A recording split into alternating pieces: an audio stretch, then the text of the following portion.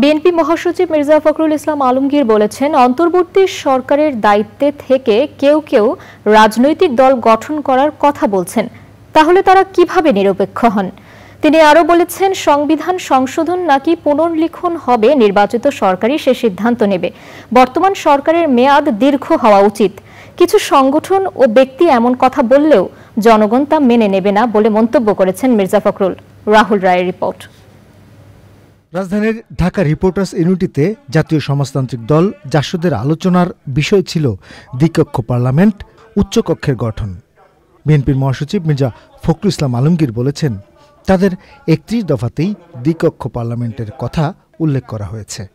আলোচনায় বর্তমান সংস্কার প্রক্রিয়া, অন্তর্বর্তী সরকার সহ বিভিন্ন বিষয়েই কথা বলেন বিএনপি মহাসচিব। আমি অবাক হই যখন দেখি আমাদের অত্যন্ত শিক্ষিত মানুষেরা, সমাজে যাদের অত্যন্ত গুরুত্ব আছে, তারা যখন বিভিন্ন রকম কথা বলেন যে অত্যন্ত বিভ্রান্তিমূলক। যারা দায়িত্ব পেয়েছেন, এই সরকার যাদেরকে দায়িত্ব দিয়েছে, তাদের মধ্যেই অনেকে যখন বলেন যে নতুন দল তৈরি করতে হবে, তখন বিস্মিত না হয়ে পড়া যায় না। এই এখতিয়ার ওনাকে কে দিয়েছে? উনি এই দায়িত্ব পেলেন কোথায় যে তিনি বলবেন যে নতুন দল তৈরি করতে হবে? তাহলে আমরা কি করে জনগণ ভাববে যে এরা নিরপেক্ষভাবে কাজ করছে? দ্বিতীয়ত দেখবেন, বেশ কিছু সংগঠন, বেশ কিছু গোষ্ঠী তারা ইতিমধ্যে কাজ শুরু করেছেন যে এই অন্তর্বর্তীকালীন সরকারকে অনির্দিষ্টকালের জন্য রাখা হবে। তারা একেবারেই পরিবর্তন করে দেবে, সমস্ত সংস্কার তারাই করে দেবে। তাহলে জনগণের তো দরকার নেই, পার্লামেন্টের দরকার নেই। প্রয়োজনীয় সংস্কার শেষে দ্রুত নির্বাচনের তাগিদ দিয়ে মির্জা ফখরুল বলেছেন, নির্বাচিত সরকারই সংবিধান বিষয়ে যে কোনো সিদ্ধান্ত নেবে। ন্যূনতম যে পরিবর্তনগুলো দরকার, ব্যবস্থাটা দরকার, সেটা নিতে হবে। অর্থাৎ নির্বাচন কমিশনের যে পরিবর্তন, সংস্কার করা দরকার সেটা করতে হবে।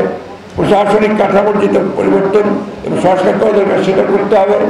একই সঙ্গে জুডিশিয়ারিতে যেটা করা দরকার সেই ব্যবস্থাগুলো করতে হবে, করে অবিলম্বে নির্বাচনের ব্যবস্থা করতে হবে।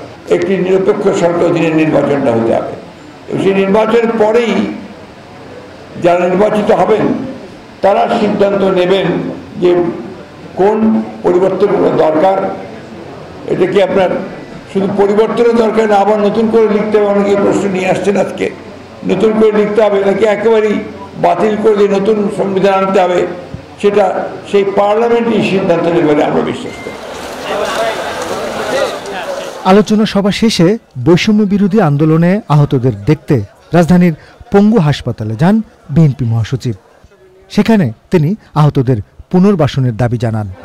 আহ্বান জানিয়েছে যে প্রত্যেকটি পরিবারকে যারা শহীদ হয়েছে, আহত হয়েছে, তাদেরকে পুনর্বাসন করার জন্য। রাহুল রায়, চ্যানেল আই, ঢাকা।